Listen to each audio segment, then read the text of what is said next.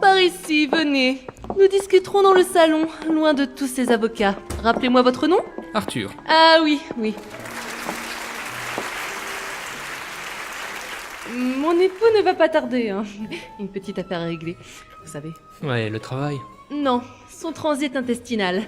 Parlons peu, parlons bien. Nous avons une mission pour vous. Vous avez des qualifications requises, vous avez signé le contrat de confidentialité. Eh bien, il est temps de discuter de ce que nous attendons de vous. Voilà une excellente idée. Dans cette maison vit une vieille dame qui manque de distraction. Nous avons imaginé un jeu pour elle, pour lui faire oublier ses soucis, sa solitude, la mort qui rôde. Vous allez lui tenir un peu compagnie, d'accord ? Tenir compagnie à une vieille dame ?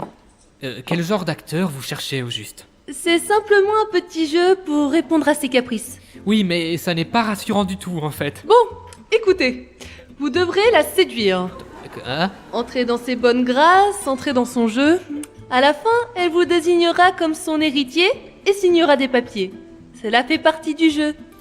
C'est curieux, très curieux quand même. Elle va me désigner comme héritier et je viens justement de signer un document par lequel je m'engage à restituer à votre époux tout héritage que je recevrai ici. Vous avez lu les papiers que l'on vous a fait signer ? Un peu. Surprenant de la part d'un saltimbanque. Si je comprends bien, je dois montrer à cette dame que je suis le digne héritier de sa fortune. Enfin, faire semblant d'être digne, bien sûr. Oui, bien sûr. Pardonnez mon retard, j'étais au milieu d'une commission. Où en étiez-vous ? Nous avions terminé les explications principales. Le monsieur sait maintenant le pourquoi de la démarche.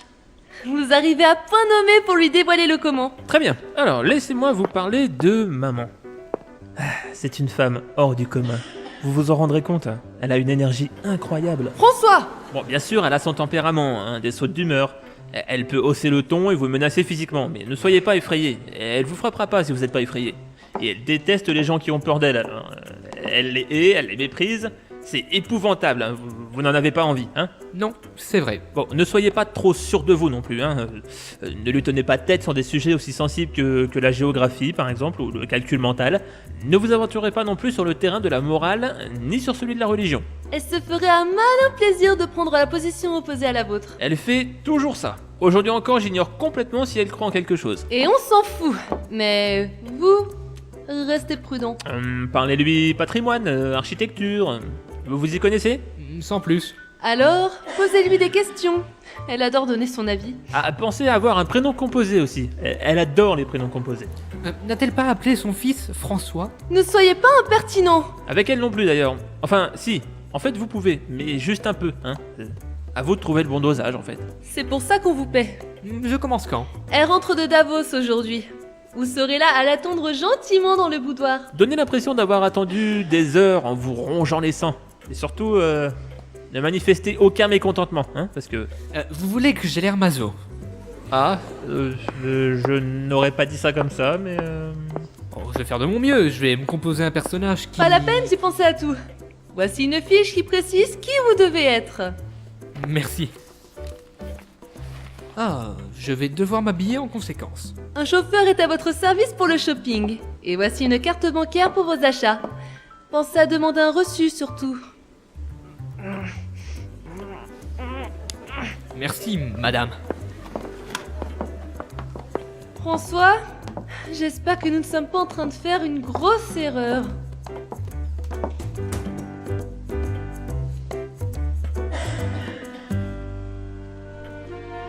Oh, François, par pitié, tu me casses les oreilles. Mais vous aviez promis, mère, vous aviez promis que nous en reparlerions. De mon côté, je vous ai promis des efforts.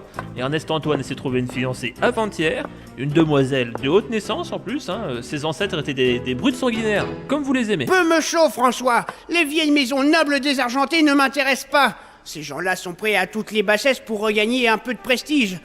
J'ai honte pour eux. Ils devraient avoir la décence de s'éteindre en silence, dignement. Maman, dites-moi simplement ce que vous attendez de moi. Je le ferai.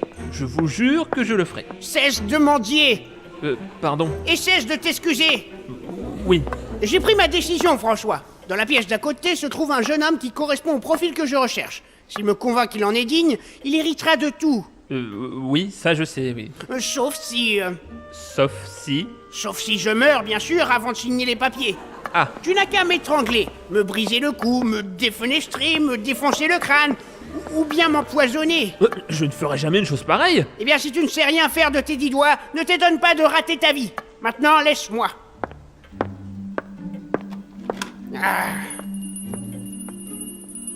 Ah. Madame, Veuillez faire entrer ici le jeune impétrant. le monsieur pour l'annonce. Mais qui d'autre, pauvre idiote? Je vais le chercher, madame. Un instant, Sarah. Mon fils est-il resté dans cette maison durant toute mon absence? Oui, madame. A-t-il fait des choses bizarres? Bizarre?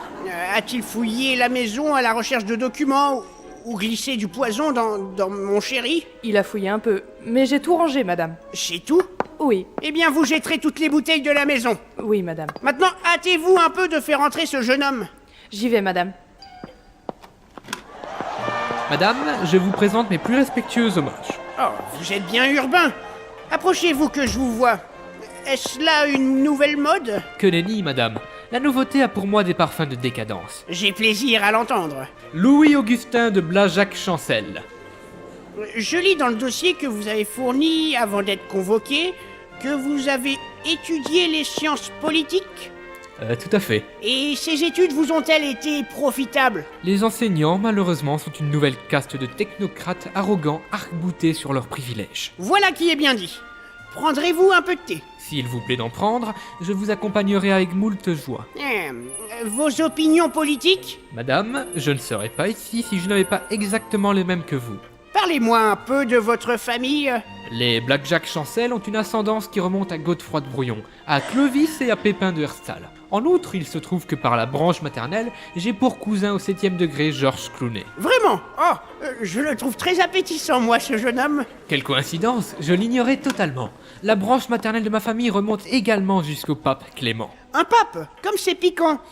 Vous avez dit Clément lequel? Le premier, naturellement. Oui, c'est toujours préférable. Sarah, T2. Oui, madame. Vous appartenez visiblement à une lignée remarquable. Merci, madame. Ne me coupez pas. Vous appartenez, disais-je, à une lignée remarquable. Et cependant, vous venez ici pour acquérir un héritage comme si le vôtre ne suffisait pas. C'est par sens du devoir. Sans penser à ma personne, je m'attache à faire ce qu'il me semble le meilleur pour le monde. Votre fortune constitue une ressource qui, bien employée, peut apporter le bonheur. Entre de mauvaises mains, cependant, elle peut attiser les inégalités, les inimitiés et les jalousies. Ah, je vois. Dites-moi, êtes-vous homosexuel? Ce mot me fait frémir.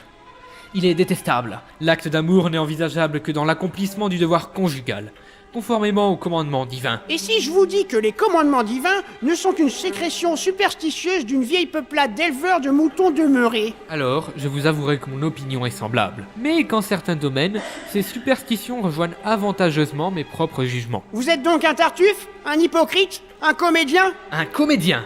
Oh, madame, permettez-moi de m'offusquer d'être insulté de la sorte. Je ne vous permets pas. Eh bien, dans ce cas, madame, je vous présente mes excuses. Acceptez. Efforcez-vous de répondre à mes questions le plus simplement. Il est inutile d'en appeler à Dieu pour vous justifier. Vous avez 1000 fois raison. Évidemment. Résumons. Vous pensez donc posséder les qualités requises pour recevoir le fruit du labeur de toute une vie de rentière.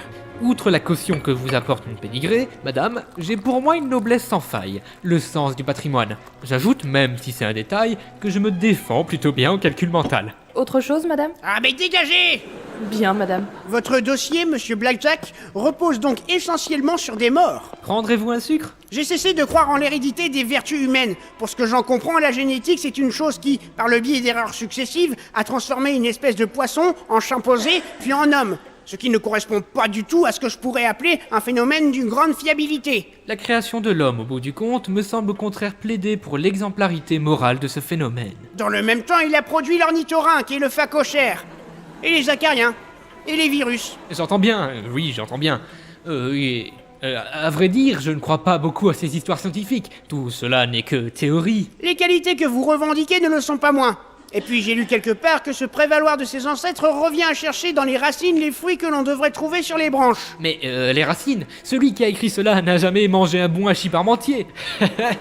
Les racines, pommes de terre. Je vais ajouter l'humour à vos caractéristiques. Nous nous recontacterons. Au revoir. Madame, veuillez agréer l'expression distinguée de ma plus intense salutation. Veuillez, monsieur. Tiens, voilà ce que j'en fais de son dossier. J'avais donné des consignes strictes sur le tri des prétendants. Je les ai suivis à la lettre, madame. Convoquez le suivant. Et elle est partie faire sa sieste ou pas? Oui, monsieur François. Je peux faire quelque chose pour vous? Oui, avec plaisir. Débarrassez-moi le plancher. Aurélia, venez mon aimé, elle n'est pas là. Alors, on fait un débriefing, ça s'est bien passé? Mais regardez-le, il a l'air de vouloir se pendre. C'est évidemment un échec. J'avais pourtant préparé une fiche avec tous les détails. C'était simple comme bonjour. J'ai suivi toutes les instructions. Vraiment? Avez-vous parlé de Godefroy de Bouillon? Mais oui, et aussi de George Clooney. J'ai même cru que ça marchait. Mais elle s'est rebiffée. Et elle dit qu'elle ne croit pas à l'hérédité des qualités humaines. Voilà qui me fait de la peine. Remettez-vous, François. Nous n'avons pas dit notre dernier mot. Le contrat stipule un nombre indéfini d'essais, n'est-ce pas? Vous allez donc passer au personnage numéro 2. Parce que vous voulez que je recommence. Vous ne pensez pas qu'elle va me reconnaître? Ouf, non, vous inquiétez pas, elle est un peu dure d'oreille. Me voilà rassuré. Quand dois-je revenir? Mais vous ne partez nulle part. Nous passons immédiatement au personnage numéro 2. Vous avez rendez-vous dans 10 minutes. Qu'avions-nous choisi déjà en deuxième position? Un artiste. C'est au moins un registre que je pense pouvoir mieux maîtriser que celui de la particule de noblesse. Vous pourrez vous vanter quand vous aurez réussi. D'ici là, voici la fiche de personnage. François, allez chercher Ernest Antoine, il a tous les accessoires. Tout de suite, j'y vole. Comme c'est excitant. Mon personnage s'appelle Léon Joseph. Vous êtes un jeune dramaturge, compositeur, chorégraphe qui s'est éloigné de sa famille Bobo et qui crache sur la contre-culture post-68arde. Vous ne croyez pas que ça demanderait un petit peu de préparation de ma part si elle veut un extrait de mes œuvres? Ben c'est simple, vous inventerez une excuse. C'est vous la patronne. Oui, c'est moi la patronne. Léon Joseph, Léon Joseph, Léon Joseph, Léon Joseph. Vous préférez que j'aborde le rôle comme un artiste contemporain? Ou alors du genre faux modeste, ou bien carrément arrogant, ou alors torturé, sincère et écorché? Je n'en sais rien. Mais soyez au moins un peu cynique, sinon elle voudra vous baffer. Elle veut quelqu'un qui sort de l'ordinaire, vous voyez. Elle va être servie. J'ai la garde-robe de Lady Gaga là-dedans. Inutile d'en faire trop, Ernest Antoine. Laissez-moi faire, mère. Votre personnage a fait chou blanc. À mon tour. Laissez-moi donner mes consignes. Il a raison, venez prendre l'air avec moi Aurélia. Écoutez-le bien et surtout, observez-le. Il connaît sa grand-mère, mais surtout, il représente tout ce qu'elle déteste. Prenez bien note de ne pas lui ressembler. Bonne chance mon fils. À nous deux. Je ne sais pas ce qu'ils vous ont dit, mais oubliez tout. On va procéder autrement. Très bien. J'avoue ne pas bien savoir ce qu'attend cette dame exactement. Elle veut faire souffrir mon père, c'est son truc. Elle choisira l'être que mon père trouvera le plus méprisable. C'est pourquoi vous avez choisi un artiste? Ça doit être sympa comme métier, comédien. C'est une vocation, c'est pas sympa, mais c'est vital. J'ai eu envie d'être acteur aussi, mais ma famille a refusé de payer les producteurs pour qu'ils m'engagent. Alors ça a capoté. C'est dommage. Faut vraiment attendre aucun soutien de personne dans cette famille. Ça peut vous donner l'occasion de faire vos preuves par vous-même. On se tutoie, non? Mais avec plaisir. Regarde dans le sac, je t'ai apporté quelques fringues bien dans la vibe. Ça devrait t'aider à entrer dans le rôle. C'est pas de refus. Parce que pour le moment, j'ai du mal à croire que ta grand-mère puisse se laisser séduire par l'art. J'ai sûrement tort. Je la connais pas bien, mais ça m'étonne. Ouais, je comprends. Ça doit te paraître bizarre toute cette affaire. Je trouve ça intéressant. Tu dois te dire qu'on est tous obsédés par l'argent et qu'on est prêt à tout pour lui piquer son blé.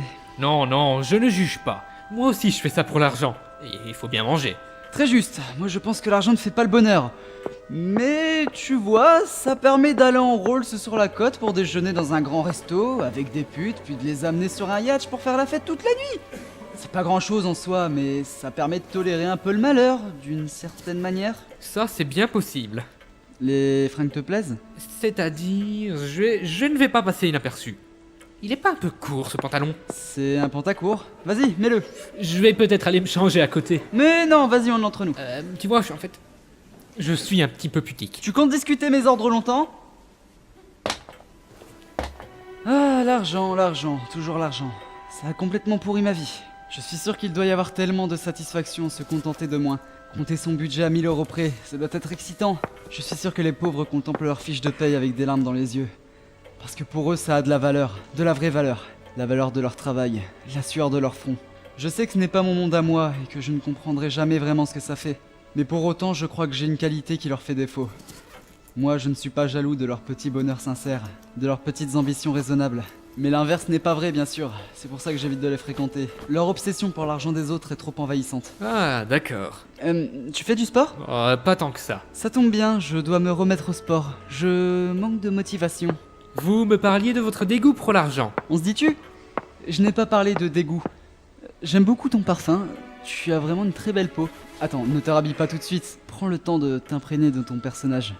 Tu sens que ça rentre? Sans vouloir être vexant, j'ai ma propre méthode pour entrer dans un rôle. J'ai besoin qu'on me laisse me concentrer. Bien sûr. Embrasse-moi. Quoi? C'est-à-dire que précisément, ça ne m'aide pas à me concentrer. Je t'aime. Pardon? Je t'aime. C'est bon, voilà. C'est dit. Je suis désolé, fallait que ça sorte. Je suis un grand romantique. Attends 2 secondes, on se connaît à peine. Oh, ne crois pas ça. J'en sais suffisamment. Tu es un excellent acteur. Tu as accepté de nous aider dans ce projet important. C'est merveilleux de ta part. Ça me rend amoureux, c'est tout. Je ne suis pas exactement gay. Je t'accepte tel que tu es. Je ne crois pas que ça va être possible, Ernest Antoine. Ne sois pas défaitiste. Ce serait tellement triste que tu partes après ta mission en emportant juste un chèque, alors qu'on pourrait partager tellement plus. Plus? Mais ce serait trop, non? Et partager encore plus. Partager tout. Tout? J'avoue que j'ai du mal à voir, je manque de recul. Ah, laisse-moi être plus explicite. Tu hérites de la vieille et tu m'épouses. Ah oui, carrément. Mais j'ai signé un contrat avec tes parents. Ça, je m'en charge. Je peux récupérer le document, le détruire, hop, affaire résolue, et nous avons des milliards pour acheter tous les rôles que nous voulons. Je voudrais faire un méchant dans James Bond. Tout cela me semble un petit peu précipité. C'est normal d'avoir peur des sentiments. Je peux t'embrasser? Avant le mariage? J'ai besoin de savoir que tu m'aimes. Ah mais... comment dire...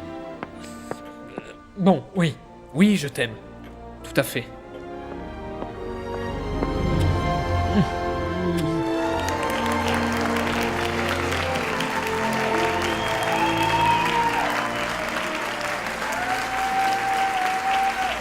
J'ai tout de suite vu que je t'avais tapé dans l'œil. J'ai le droit de m'habiller maintenant. Mais je t'en prie! Je suis tellement heureux d'avoir pu te dire ce que je ressens depuis tout ce temps.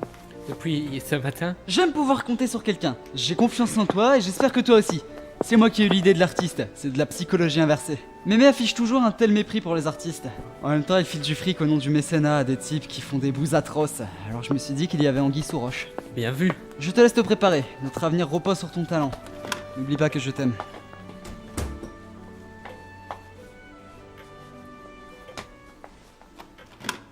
Madame, D'accord, vous êtes le candidat. Ah, je n'ai pas tellement eu le temps de lire votre profil. je comprends tout à fait. Vous êtes certainement une femme occupée. Vous avez un drôle d'accent, non? Je ne pense pas. Vous êtes bien français? Oui, madame. Né en France. Tout à fait. Je n'ai rien contre les étrangers, bien sûr. Il faut bien qu'on exporte. Mais en matière d'héritage, je préfère les solutions locales. Bien, commençons. Léon Joseph, vous avez un métier? Je suis un artiste. D'où votre aspect négligé. En fait, c'est simplement que j'évite les dépenses inutiles. Ce qui est une bonne chose. Pourquoi pensez-vous mériter l'immense héritage que je propose? Si c'est pour tout dépenser en cocaïne dans l'espoir de trouver l'inspiration, je risque d'y voir un problème. Je pense que l'art et l'argent font bon ménage. Voilà tout. Ils se nourrissent mutuellement. Ils sont tous les deux égoïstes, à la fois familiers et mystérieux, indispensables dans la vie de tous les jours et au cœur des échanges entre les individus. Ce que vous dites est particulièrement vide et creux. Et j'y suis étrangement réceptive. Continuez, Léon Joseph, continuez. L'art, au fond, qu'est-ce? Un moyen de briller en société, souvent un faire-valoir, une manière d'obnubiler le peuple. C'est un instrument de pouvoir. Quand on a le pouvoir, on a l'argent. Dans ce cas, vous n'avez pas besoin de ma fortune. Hélas, madame, vous devez savoir que le talent seul, sans ressources, n'intéresse personne. Il faut à à une œuvre, il faut à une œuvre un écrin qui la magnifie pour la rendre désirable. Qui s'inquiète de savoir si la musique de David Guetta vaut quelque chose? Mais elle brille. On la voit à la télé, beaucoup d'argent a été investi et forcément le peuple est réceptif. On l'a éduqué comme ça. C'est pour construire le plus grand empire pseudo-artistique que j'ai besoin de votre générosité, madame. Cet empire portera votre nom, bien sûr. Vous avez le mérite d'avoir un projet crédible. Pour ma part, j'ai toujours vu l'art contemporain comme un placement exonéré. On n'achète pas parce que cela nous plaît, nous n'avons pas si mauvais goût. L'important est de revendre le produit au bon moment, ou bien d'entretenir l'illusion que l'œuvre que l'on possède a de la valeur, en continuant à en acheter. C'est une course sans fin, mais enfin ça ne coûte pas si cher que ça. Je vois que vous avez tout compris avant moi. D'une certaine manière, je ne ferai que vous succéder. Vous flattez bien. J'ai tendance à mépriser les artistes, mais cette idée m'amuse. Après tout, c'est normal d'être un peu artiste quand on est jeune. Il faut être créatif dans la vie. Votre spécialité? Ma spécialité? Le collage. Je réutilise des morceaux d'œuvre, du Rimbaud, du Truffaut, du Poussin ou du De Vinci. Étranger, celui-ci. Il a beaucoup travaillé en France. C'est vrai. Donc, votre art créatif consiste à défigurer des chefs-d'œuvre d'artistes morts. Je leur rends hommage, je les recycle. Vous les recyclez. Le recyclage est au cœur du principe selon lequel il faut économiser les ressources, n'est-ce pas? Et limiter notre consommation, prendre conscience que notre situation macroéconomique, totalement névrosée, est l'antithèse d'un développement durable et court droit à la ruine. Oui. Je déteste prendre conscience de cela. Ah. Ma fortune repose sur la capacité du monde à croire que la croissance économique est une fin en soi, et la réponse à tous les problèmes. Et vous faites l'apologie du recyclage? Je ne fais pas d'apologie, je rends hommage, madame. Ça suffit, j'en ai assez entendu. Vous m'indisposez, monsieur. Sortez de chez moi et gardez-vous de fouiller dans mes poubelles. Espèce de pique-assiette. Vautour. Sarah! Sarah, vous mettrez ce monsieur dehors en vérifiant qu'il n'a rien mis dans ses poches. Je sors dans le jardin de me détendre un peu. J'ai un dernier rendez-vous dans 10 minutes. Je m'en occupe, madame. Tout cela est exténuant. C'est encore raté. Elle n'a pas été trop violente, au moins. Le pauvre monsieur Dupont reçoit régulièrement de la porcelaine dans la figure. Alors? Oh non, votre visage trahit un nouvel échec. Arthur, qu'est-ce qu'on va faire? Il ne faut pas se mettre dans des états pareils. Mais si, parce que tous mes rêves sont en train de mourir. Je nous imaginais dans 10 ans, sur un yacht, à nous remémorer comment nous avons bâti notre fortune ensemble, avec ton talent d'acteur et mon scénario. Maintenant, tout ça est fichu. Oui. Arrête de te frotter, s'il te plaît. Oh mon Dieu! Le pot de fleurs vide de l'eau! Non! Hey! Lâchez-le! Sophie, séparez-les! Ernest Antoine ne grimpe pas sur ce monsieur comme ça! Et vous, espèce de vicieux! Ne vous approchez pas de mon fils! C'est la vieille que vous devez séduire! La tâche n'est pas de tout repos, madame. On sait, hein, du calme. Mettez un peu d'ordre, Sophie. Apporte-moi une serviette. Tout de suite. Allez, Arthur, préparez-vous pour le 3e rendez-vous de la journée. J'ai ici vos vêtements. Si ça ne marche pas, on reprendra demain. Hein. Je vais contacter les scénaristes de Plus belle la vie pour qu'ils nous aident à créer de nouveaux profils. Dépêchez-vous! Elle va revenir d'un moment à l'autre! Je ne veux pas critiquer, mais là, on est un peu dans la précipitation. Ce n'est pas idéal pour préparer un rôle. Faites votre travail, monsieur. Travail. Vous savez comment ça s'écrit. Cette Madame Lucrèce n'est pas exactement une gentille vieille dame qui ne demande qu'un peu d'affection. Si c'était facile, on ne vous paierait pas si cher. Hein. Une broutille. Quoi? Par rapport au gain que vous espérez, je ne touche rien, madame. On ne renégocie pas le contrat. Vous avez signé. Oui, j'ai signé, je sais. Mais retenez-vous de me dire que vous me payez grassement, pendant que vous n'en branlez pas une et que je fais tout le boulot pour au final avoir seulement des miettes. Fais-moi confiance, Arthur, ça va aller. Demain, je commande du bromure pour toi, Ernest Antoine. Et je vais téléphoner à ce camp aux États-Unis où on soigne les gens qui ont ton problème. C'est compris? Regardez-moi, Arthur. Bien, votre nouvelle identité est... Madame Lucrèce revient. Vite, ramassons tout ça. Votre nouvelle identité est... François, ne restons pas ici. Bon bah, prenez la fiche personnage et débrouillez-vous. Et n'échouez pas cette fois, Arthur. Je t'aime. Vous êtes déjà là. Ah, bon. Eh bien, asseyez-vous et ne restez pas planté comme une cruche. Votre nom? Jean-Phil. Pardon? Jean-Philippe Dromancieux. Je suis enchanté de faire votre connaissance. Vous avez des problèmes de peau? Uniquement quand je vais au soleil. Je ne vous cacherai pas que vous êtes le 3e candidat que je vois aujourd'hui et que j'en ai un petit peu ma claque. Tu m'étonnes. Pardon? Comment? Vous dites? Excusez-moi. Et si vous parliez un peu de vous et de votre parcours? De l'économie. Je suis étudiant en économie. Étudiant, hein? Pas à l'université au moins. Oh non, HEC pour être précis. Vous avez une fortune personnelle? Pas du tout. Mais j'ai les compétences requises pour en gérer une. Je suis formé pour être un milliardaire. C'est ma vocation. Intéressant. Et être milliardaire, pourquoi faire? Je ne comprends pas bien la question. Elle est pourtant simple. Si je vous donne tous ces milliards, qu'allez-vous en faire? Les utiliser pour engranger des milliards supplémentaires, bien sûr. Bien sûr. Je pense, comme vous, bien j'en suis sûr, que l'argent n'est pas une fin en soi. Vous n'êtes donc pas obsédé par l'argent? Eh bien, j'étudie l'économie, le marketing, la finance, donc... je vais pas vous dire non. Mais toutefois, je regarde au-delà du billet de banque. Expliquez-moi cela. L'argent, quand vous en amassez suffisamment, change de propriété. L'argent en masse constitue seulement un moyen de gagner plus d'argent. Et dans plus d'argent, ce qui compte, c'est le plus. Je crois sincèrement que là se trouve la possibilité d'un réel mouvement perpétuel. Vous me promettez donc de faire fructifier cet héritage. Au centuple, madame. Et quelle expérience avez-vous à l'heure actuelle? Chef d'équipe chez Fucking Food. J'y travaille 4 soirs par semaine. Vous me plaisez, jeune homme. On ne me le dit pas souvent, madame. Alors ça fait plaisir. J'aimerais beaucoup passer à l'étape suivante. Mais avec plaisir. Je vais vous demander de répondre à un petit QCM. Ça veut dire questionnaire à choix multiples. Mais avec plaisir. Prenez cette fiche, vous y noterez vos réponses. Concentrez-vous, je poserai les questions qu'une seule fois. Vous êtes prêts? Question 1. À quel organisme caritatif êtes-vous disposé à faire un don de 10 millions d'euros? A. Traders sans frontières. B. La Société protectrice des spéculateurs. C. Les petites sœurs des pauvres. Attention, il y a un piège. Avez-vous des précisions sur l'abattement fiscal auquel elle donne droit? Excellente remarque. J'en prends note, mais l'important c'est votre réponse. Question suivante. Question 2. À quel organisme... Donc à la question suivante, la numéro 127. Quelle est la meilleure manière de justifier une délocalisation? Réponse A. Le prix excessif de la main-d'œuvre qualifiée alors que ça ne coûte rien de faire traverser les océans à nos produits, même si cela pollue. Réponse B. La féroce compétition internationale à laquelle nous tenons amoureusement.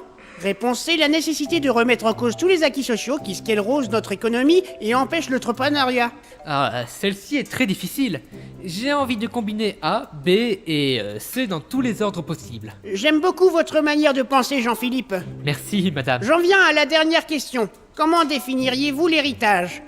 Réponse A. La passation d'un flambeau symbolique permettant de poursuivre l'œuvre de nos ancêtres. Réponse B.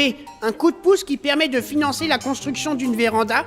Réponse C. Une nécessité vitale pour la structuration de nos civilisations qui n'a jamais été basée sur l'égalité, mais sur l'envie, la jalousie, la convoitise, comme les seuls moteurs de l'activité créatrice humaine. Ah, j'hésite. N'hésitez pas, vous y êtes presque. Encore un dernier effort. Donnez-moi votre feuille. Bien. Très bien, ça. Étonnant. Bien. Excellent. Cher jeune homme, vous semblez avoir toutes les qualités requises pour prendre possession de mon immense fortune. Sans déconner, je veux dire, j'en suis étonné et heureux. Je m'en montrerai digne. J'y compte bien. Laissez-moi juste téléphoner au ministère de la Justice. Ils vont m'envoyer quelqu'un pour que je vous adopte et faire passer une loi m'autorisant à choisir mon héritier. Une loi spécialement pour vous? Et surtout pour mon engagement à financer l'organisation d'une demi-douzaine de meetings lors de la future campagne électorale. J'ai encore tellement de choses à apprendre. Vous êtes étudiant après tout, alors étudiez. Oui, madame. Allô? Allô, Christiane? Oui, c'est Lucrèce à l'appareil. Oui, j'ai une petite chose à te demander. Oh, 3 fois rien. Mais c'est à régler tout de suite quand même. Je te remercie. Oui. Tu as une feuille et de quoi écrire? Non, parce que ça va prendre un petit peu de temps quand même.